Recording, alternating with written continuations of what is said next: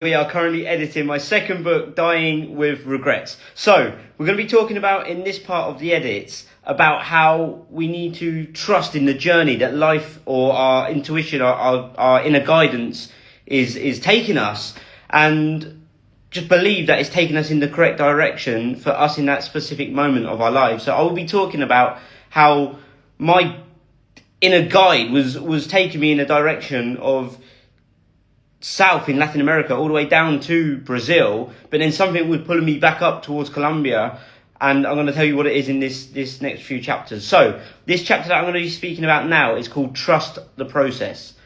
After this life-changing experience, something was telling me to carry on with my journey of making it down through every country all the way to Brazil, to trust that this was all contributing to the bigger picture of my life, and that I should meet as many people as I possibly could along the way. Over the following months, I made it from Colombia, stopping in every country whilst pushing myself to meet new people, to try new things, and to finish writing my first book, all to finally end up down in Brazil. I did some incredible things along the way, including swimming with hammerhead sharks in the Galapagos, hiking for 5 days to discover the ruins of Machu Picchu, courageously cycling down the most dangerous road in the world, and so much more. Once I got to Brazil, something didn't seem quite right. I had a feeling deep inside of me which was guiding me back to Colombia.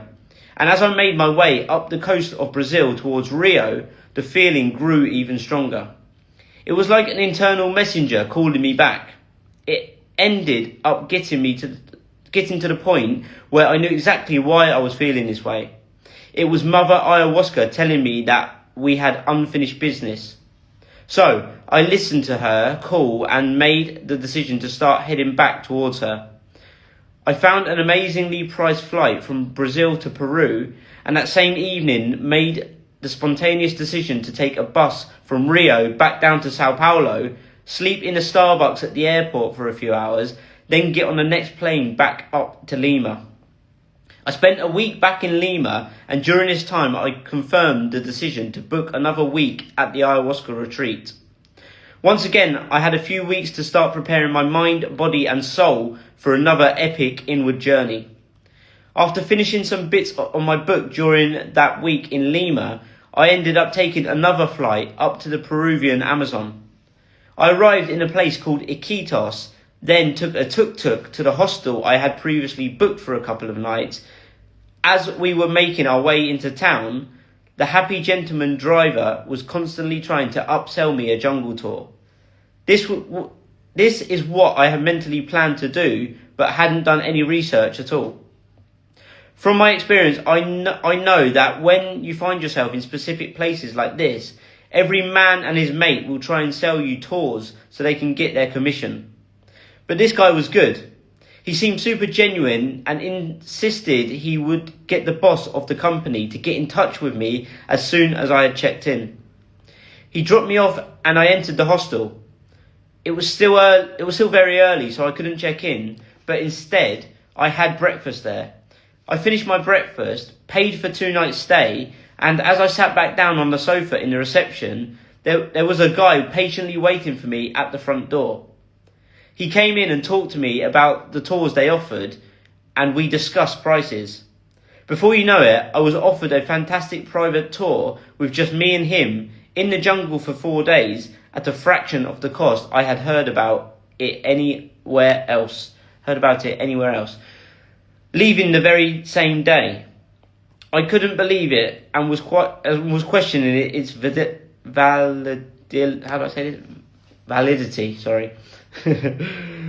I asked the guy at the front desk, who confirmed it to all be kosher, and he also gave me a full refund for my stay. The man took me in another tuk-tuk to his office so I could leave my big backpack there. I took a handful of clothes and belongings, and then we headed to the port. Within the hour, we were on a boat together, heading up the Amazon River towards the camp.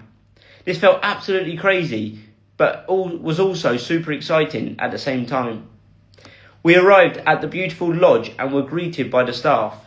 It seemed like I was the only person here in this wooden lodge located in the middle of the jungle. However, A few more people turned up later in the day. Over those 4 days, we'd done many things, including walking through the jungle at night in search of wildlife, all the way to catching, cooking and eating piranhas.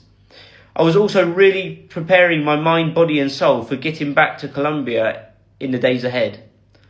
After leaving the jungle and getting back to Iquitos, I stayed another night before taking a 20-hour boat back down the Amazon River to arrive in Leticia, Colombia.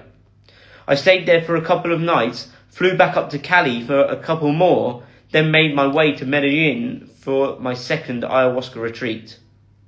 Stood back in the same gas station car park waiting for the bus with the others, we were soon collected and taken to the retreat. As we were making our way there, I felt my energy shift as all those prior memories were coming flooding back to me. The day after arriving at the retreat, we all prepared for our first night ceremony. Once again, I went up and took a full cup from the Taita. I thanked him and thanked the medicine, then went to sit back down in my bed. The familiar taste was very harsh this time, and right away we made a connection. She knew exactly who I was and instantly started showing me shapes and colours. My body started to get tickled all over, and it was like she was scanning my body because all my limbs would individually start to twitch. My intention for the first ceremony this time was to ask Mother Ayahuasca to search for and release any trapped trauma or emotions from my past pain. Remember that I previously mentioned about my brain injury and the relationship breakup?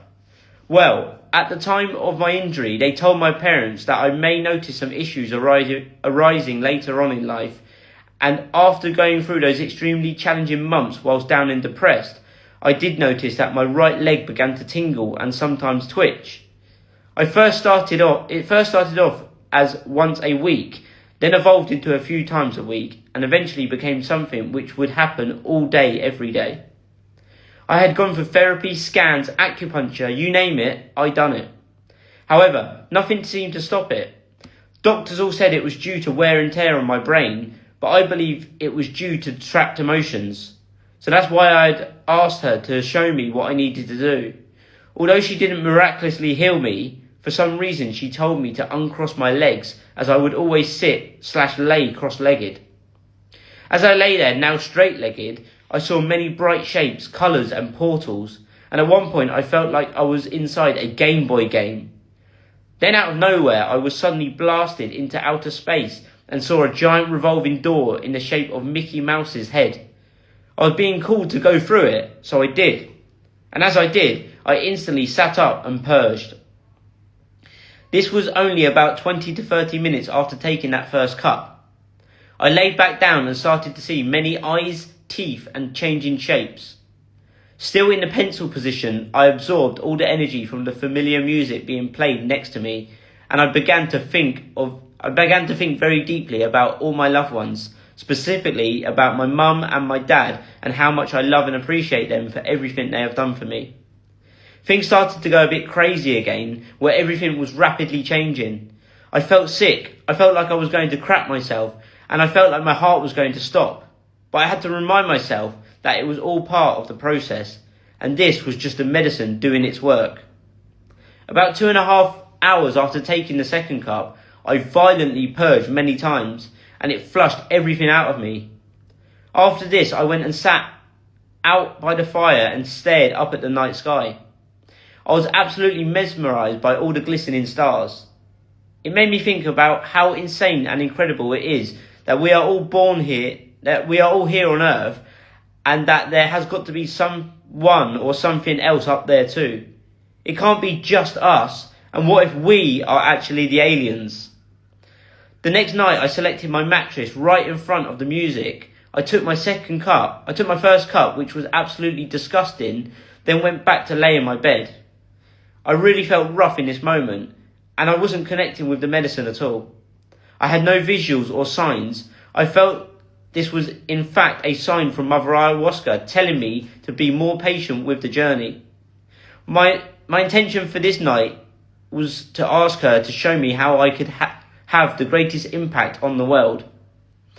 I went up to take the second cup, and as I did, the Tighter stared right into my soul yet again.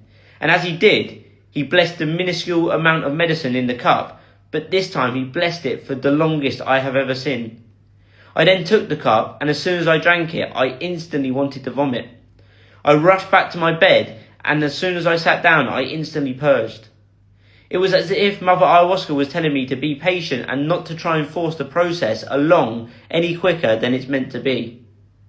I soon felt the urge to go and sit by the fire again, and before you know it, many others joined me. I sat there feeling totally happy and fully fulfilled. I looked up at the stars again for a while, and then my eyes were being drawn back down to the blazing fire. I sat and stared into the red-hot roaring flames, and then felt Mother Ayahuasca telling me that if I wanted to have a huge impact on the world, and if I wanted to serve humanity to the highest of standards, then I had to figure it all out by myself and be patient with the process. She was also reminding me that I should remember to observe everything around me at all times. The next night, my intentions were to ask Mother Ayahuasca how I could become the very best version of myself so that I could potentially have a positive impact on all the individuals I come into contact with along my journey. I took the first cup, which went down okay, and then I had the urge to sit back by the fire again. I sat for around an hour taking in the energy from the stars and the flames, and then made my way back to my bed. But as I was stood there, I had to sit down to purge. After laying in the bed for a while, it was now time to go up and take for the second cup of the night. As I walked up for the next cup, I was overwhelmed by a great sense of happiness. I looked at the Tighter directly in the eyes, and he gave me a huge smile. He poured a full cup this time and blessed it with many new words I had never heard him say before. This went on for about 20 seconds whilst he stared straight into my soul. Then he grabbed the back of my head and with his hand... Then he grabbed the back of my head with his hand and pushed his thumb into my third eye like last time.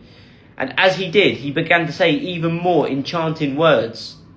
I went and laid back down for the next half an hour and nothing happened. However, out of nowhere I saw more eyeballs and crazy shapes, and then suddenly started seeing different doors as far as I could see in the limitless space within my mind. In this moment, I was completely overwhelmed with choice and didn't really know what to do. So, I chose a door and walked through. The whole experience went a little crazy for a few hours after this. My heart became extremely painful, and I truly thought I was going to die. Although it was challenging, I kept telling myself that I could handle it and I should keep pushing through any pain that come my way. After those couple of somewhat aching hours went by, I rolled over, looked into the fire, sat up, then purged pure acid. I then started to hear a demon-like voice whispering something in my ear, and then it began to shout a few times. However, I didn't let this take my focus away from my intentions, so I laid down, relaxed, and then drifted off to sleep.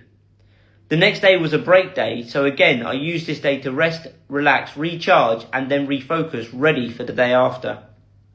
The following morning I was up early and had my first cup at 7 a.m, but couldn't connect with it and wasn't enjoying the position where my mattress was. So I decided to get up and head over to sit down by the fire. Once I sat down, I felt the energy from the fire and instantly connected with the music and medicine. Every single time I closed my eyes, I would see bright, beautiful shapes and colours. Then I was invited up to take my second cup, but had to wait for a moment as I felt that I was ready to purge. After sitting and contemplating for a while, I decided to go up and get my second cup. As I walked up to the shaman, he had already poured me a completely full glass. I thanked him and then took it, but as soon as I drank it, I felt my body rejecting it. Whilst walking back to my seat, my mouth was pouring with saliva, and as soon as I sat down, I violently purged into my bucket. After this, I felt much better and sat enjoying the mesmerising sounds of the music. For some reason, I couldn't stop laughing at everything and ended the afternoon absorbing all of the positive energy around me. After getting through the second retreat, I learned that you can't really choose what life gives you, but you can always choose how you deal with what it gives you. It's about pushing forwards despite the momentary pain and despite not knowing what may be on the other side of those closed doors. Because on the other side of the door you're afraid to enter, there could be an opportunity to discover the life you dream of. At times I felt like Mother Ayahuasca was also showing me that sometimes things come completely unexpectedly, and when they do come, they come in big amounts. So don't ever fear the unknown, but instead actively seek it. Because the more you know you don't know. Then this gives you the awareness that this blank canvas called life is a huge opportunity to discover and design your unique reality and fill it with all the things that you dream and desire. The unknown is a space to learn and evolve into the next best version of yourself.